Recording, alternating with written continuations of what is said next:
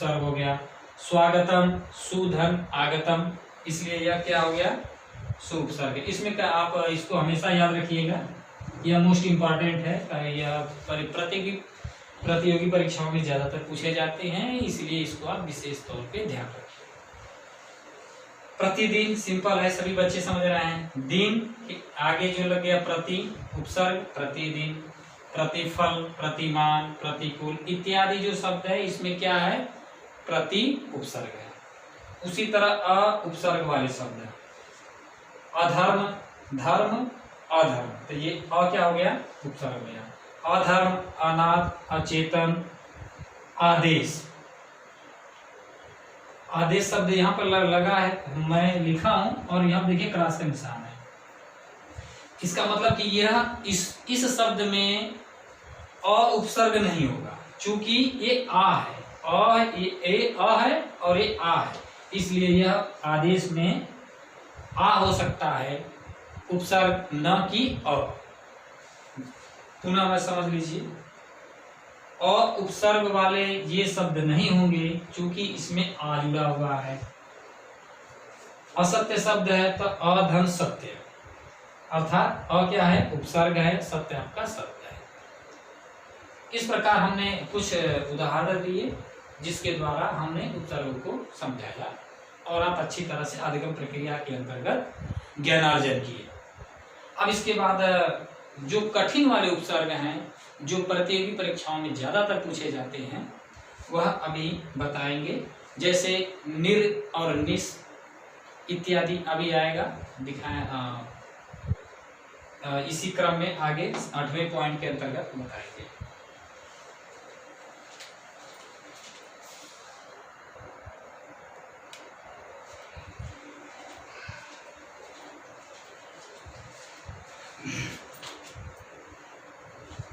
तो 7 प्रकार के हमने अभी उपसर्ग पढ़े। अब इसके बाद ये 8वां, 9वां, 10वां, 11, 12, 13वां उपसर्ग, इस तरह से क्रमशः बहुत सारे उपसर्ग हैं जिस पर हम लोग एक संक्षिप्त वीडियो मैं संक्षिप्त छोटा वीडियो बना रहा हूँ, इसलिए कि वीडियो के माध्यम से सभी चीज़ें ज्ञानार्जित नहीं की जा सकती, सिर्फ एक मॉडल के रूप में या एक प्रतिदर्श के रूप में समझाया जा सकता है।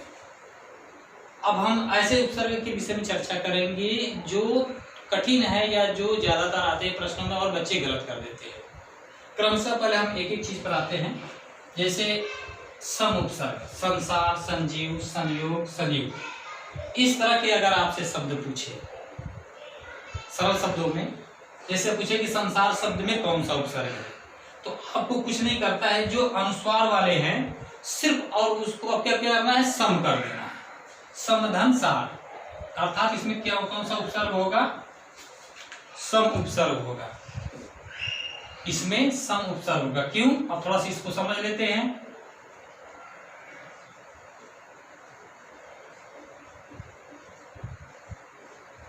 तो ये क्या हो गया, उपसर्ग हो गया। मैंने पहले भी बताया है कि किसी भी शब्द के आगे जो शब्दांश लगते हैं या जो अव्यय लगते हैं वह क्या होता है, उपसर्ग होता है। तो इस प्रकार संसार शब्द में सम उपसर्ग है, संजीव में सम उपसर्ग है, संयोग, समधन योग सम उपसर्ग है, संयुक्त, समधन युक्त, इस प्रकार क्या हो गया, सम उपसर्ग। अब इसी क्रम में अधि उपसर्ग एक आता है। सिंपल शब्द को आप समझ जाएंगे, अधिगम, गम और अधि। अधिगम माने सीखना, तो इसमें अधिगम शब्द में कौन सा उपसर्ग होगा, अधि होगा। अधिकार में अधि होगा। अब इस वाले शब्द में आते हैं, इसकी जब हम बात करेंगे तो इसमें थोड़ा सा चेंज है, इसीलिए ये प्रश्न उदाहरण मुख्यतः पूछे जाते हैं प्रतियोगी परीक्षाओं में। अध्यादेश शब्द में अधिधन आदेश होता है, इसलिए इसमें कौन सा उपसर्ग हो गया, अधि। अध्यक्ष में अधिधन अक्ष, इसलिए इसमें कौन सा उपसर्ग है, अध्यक्ष। ये मोस्ट इंपॉर्टेंट है, इसको आप लोग याद कर लीजिए। अब ये दोनों, ये है उपसर्ग और ये उपसर्ग, इसमें कंफ्यूजन होता है। बहुत सारे बच्चे पूछते हैं, कक्षाओं में पूछते हैं कि सर अगर दुर्गम है शब्द है तो इसमें दूर होगा कि दुष् उपसर्ग होगा, अर्थात दूर उपसर्ग होगा कि दुष् उपसर्ग होगा। तो यहाँ पर हमने एक ट्रिक बना लिया है कि इस तरह की जो कंफ्यूजन वाले प्रश्न हो वो ट्रिक के माध्यम से थोड़े सरल हो जाते हैं। कैसे, इसको देखते हैं। दोनों को एक साथ लेते हैं। इसमें जैसे दूर है और यहाँ निर है, दूर है, यहाँ दुस है, यहाँ पे निस है, अर्थात दूर दुस निर निस। एक समझ, अगर आप एक आसानी से समझ लेंगे तो दूसरा अपने आप कर समझ सकते हैं या कर लेंगे, आंसर को लगा सकते हैं, उत्तर को।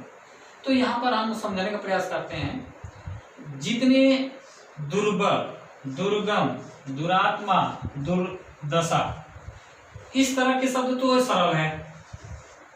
दुरात्मा, दुर्धन आत्मा, दुर माने होता है बुरा, आत्मा माने आत्मा होता है, बहुवचन के रूप में प्रयोग किया जाता है आत्मा को। तो यहाँ पर बुरी आत्मा, इसका अर्थ हुआ।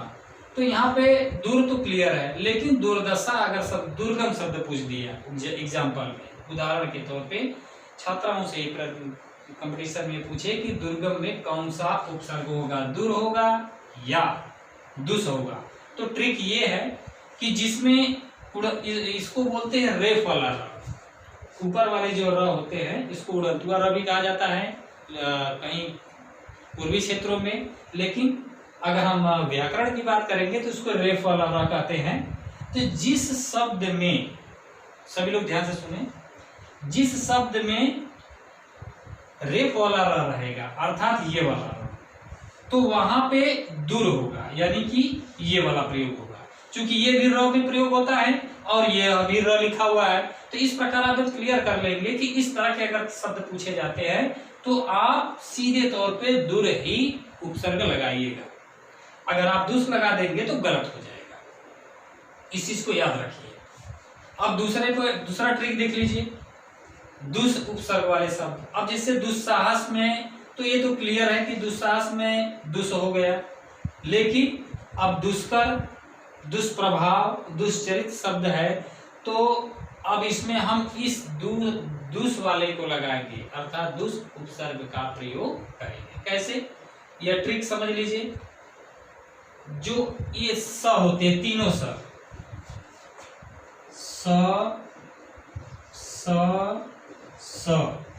ये तीनों जो स अगर कहीं भी आपको मिले, और वो भी किसमें, आधे में, अर्ध।